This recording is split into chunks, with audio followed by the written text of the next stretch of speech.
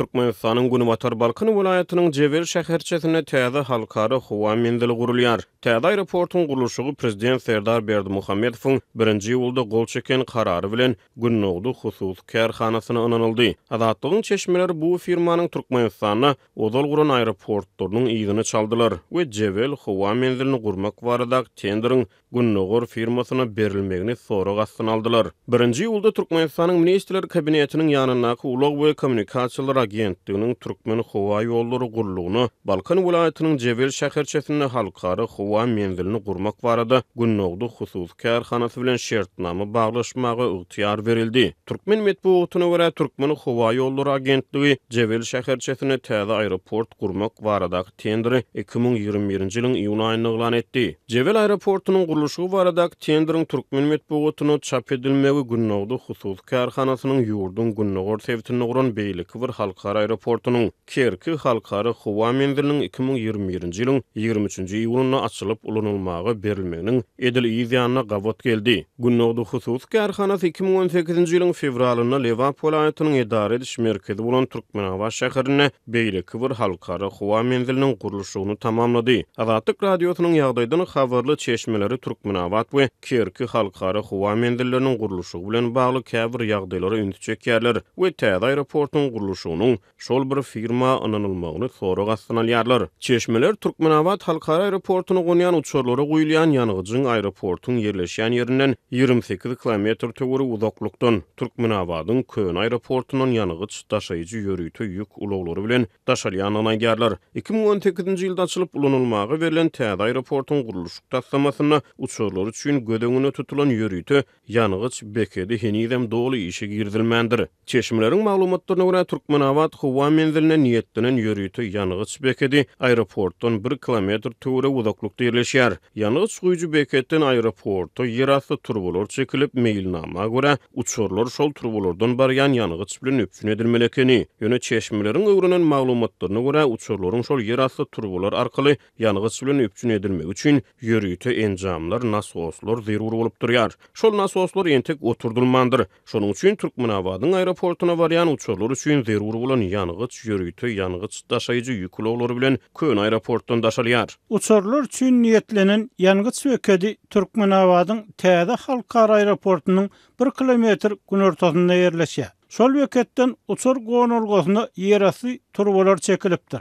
Ýöne turbalar arkaly ýanygyjy uly basyş bilen itekler ýaly nasoslar gurulmandyr. Bu nasoslar daşary ýurtlardan satyn alynmaly. Olaryň bahasy gymmat. Türkmenabat aeroportunyň gurulşy tamamlanandan soň 2 ýyl möhlet bilen garantiýasy bardy. Şol kepillik möhleti tamamlanmanka nasoslar hem gurulmaly we gurulşy doly tawsyrylmaly. Ýöne Günnogor firmasy Türkmenabat aeroportunyň gurulşy doly tamamlanmanka Kerkidäki aeroportuň tenderini utdy. Diýip Azatlygyň çeşmesi aýdýar. Türkmenistanyň öňkü prezident Gurbanuly Berdimuhammedow Kerkide täze halkara howa menzilini gurmak barada karary 2019-njy ýylyň 23-nji fevralyna gol çekdi. Kerki aeroportunyň gurulşyny 2021-nji ýylyň aprel aýyna tamamlamak gödeňine tutulupdy. Ýöne aeroport belenen möhletden 2 aý töwere giç ulanylmagy berildi. Kerkiniň halkara howa mendili 2021-nji ýylyň 23-nji iýulyna ulanylmagy berildi. Howa mendiliniň açylyş tabarasy uludan tutuldy. Azatlygyň çeşmeleri öýlerini Kerki aeroportunyň hem dolu taýýar däldigini görkezýän maglumatlaryň bardygyny aýdýarlar. Çeşmeler muňa garamazdan Günnogdy hususy kärhanasyna Jebel şäherçesine täze aeroportuň gurulşynyň ynanylmagyny sorak astyna alýarlar. Yerli firmanyň Türkmenabatda guran howa mendiliniň gurulşy ilki başda 2013-nji ýylda Ukrainanyň Altkom firmasyna ynanylypdy. Bu aeroportuň düýbüni tutmak dabarasyna 2013-nji ýylyň fevralyna Türkmenistanyň öňkü prezidenti Gurbanuly Berdimuhammedow we Ukrainanyň şol wagtky prezidenti bolan ýöne 2014-nji ýylda Ukrainada tutuşan köpçülikliň protestlerden soň ýurtdan gaçmaly bolan Viktor Yanukovych gatnaşdy. Ukrainanyň şol wagtky prezidenti Viktor Yanukovych bilen Gurbanuly Berdimuhammedow Türkmenabat halkara howa mendiliniň düýbüni tutdy. 14-nji ýylda Ukrainada rewolýusiýa boldy. Ýurt bulaşdy. Altkom bu gurulşy başlapdy. Ýöne soňuna çenli tamamlap bilmedi. Gurulşyga zerur bolan enjamlar Ukrainadan gelmedi. Problemalar köpeldi. Şol sebäpden Altkom aeroportu soňuna çenli gurup taşyryp bilmedi. Altkom 3 kilometr töweregi uçuş gonuş solagyny we baş terminalyň gurulşynyň 40 göterim töweregini tamamla berenne aeroportun gurulşy günnägdi hususy kärhanasyna taşyryldy. Altkom bilen baglaşylan şertnama bozuldy. Günnägdi hususy kärhanasy bu obyekti tas taýyn aldy. Sebäbi terminalyň sütünleri dikeldilipdi.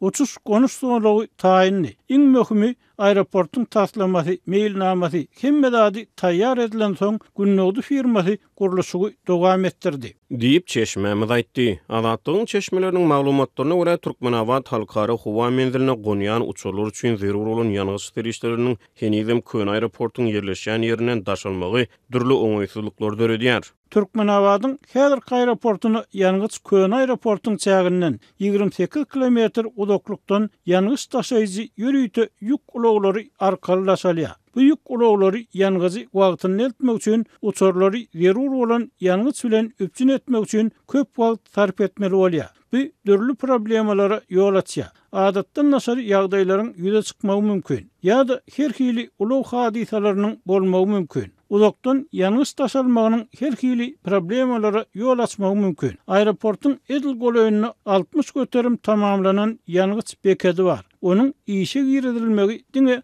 nasoslara bagly bolupdyr. Diýip Azatlyk radiosynyň çeşmeleri aýdýarlar. Jebel şäherçesine gurulmaly halkara howa menziliniň gurulşygyny 2022-nji ýylyň iýulynda başlap, ony 2024-nji ýylyň dekabryna tamamlamak gözeňinde tutulýar. Azatlygyň çeşmeleri mundan öňki halkara howa menzilleriniň gurulşygyny dolu tamamlap bilmedik günnägdi hususy kärhanasyna Täze aeroportun gurulşynyň ynanylmagyna şüpheli çemeleşýärler. Türkmen howa ýolları Täze aeroportun gurulşy boýunça uglan edilen tendere hödürlenen beýlek teklipleri barada maglumat bermeýär. Azatlyk radiosy Türkmen howa ýolları agentliginden we günnägdi hususy kärhanasynyň kommentariýa alyp bilmedi. Media maglumatlaryna görä günnägdi hususy kärhanasy Türkmenistanyň senagatçylar we telekeçiler birleşiginiň agzasy bolup durýar. Döwlet mediasyna görä Türkmenistanyň milyonlarça ýolagçy geçirmäge ukyby bolan halkara aeroportlar Fiinçlary görä dolu kuwatyna ulanylmaýar. Halkara aeroportda olan Kerk şäheri ýurdun Awganistan we Özbegistan bilen serhetleşýän günnäger bölegini 7500 töweregi ilaty bolan Jebel şäherçesi ýurdun Hazar deňzine golay Günwatar sewtinde ýerleşýär.